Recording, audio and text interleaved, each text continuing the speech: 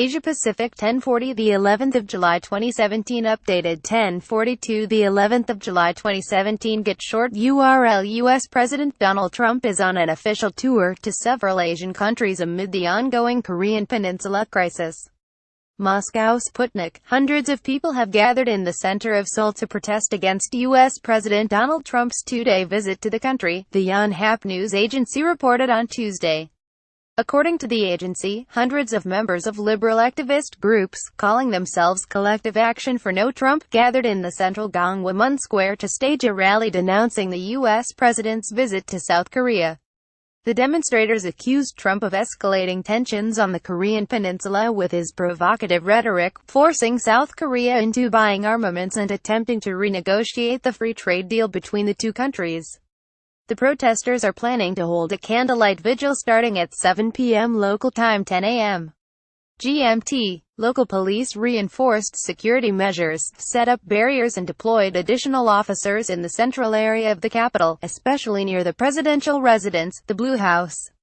Several religious clerics reportedly made pilgrimages in a protest against the deployment of the U.S. Terminal High-Altitude Area Defense THAAD missile defense systems in South Korea, but were stopped by the police when they headed to the presidential residence.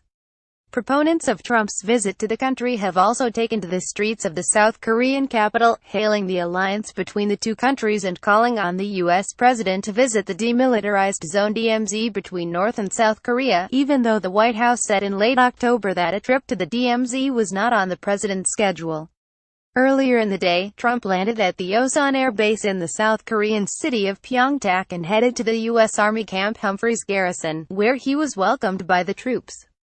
After the visit to South Korea, the U.S. president will travel to China and Vietnam, where he will join the Asia-Pacific Economic Cooperation Forum and will finish his journey in the Philippines on November 12-14.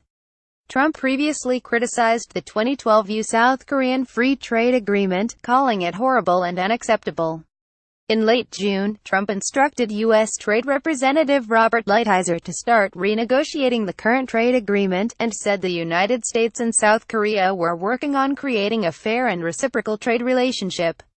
Trump's visit to South Korea takes place amid an escalation on the Korean Peninsula, following several ballistic missile launches and nuclear tests conducted by Pyongyang.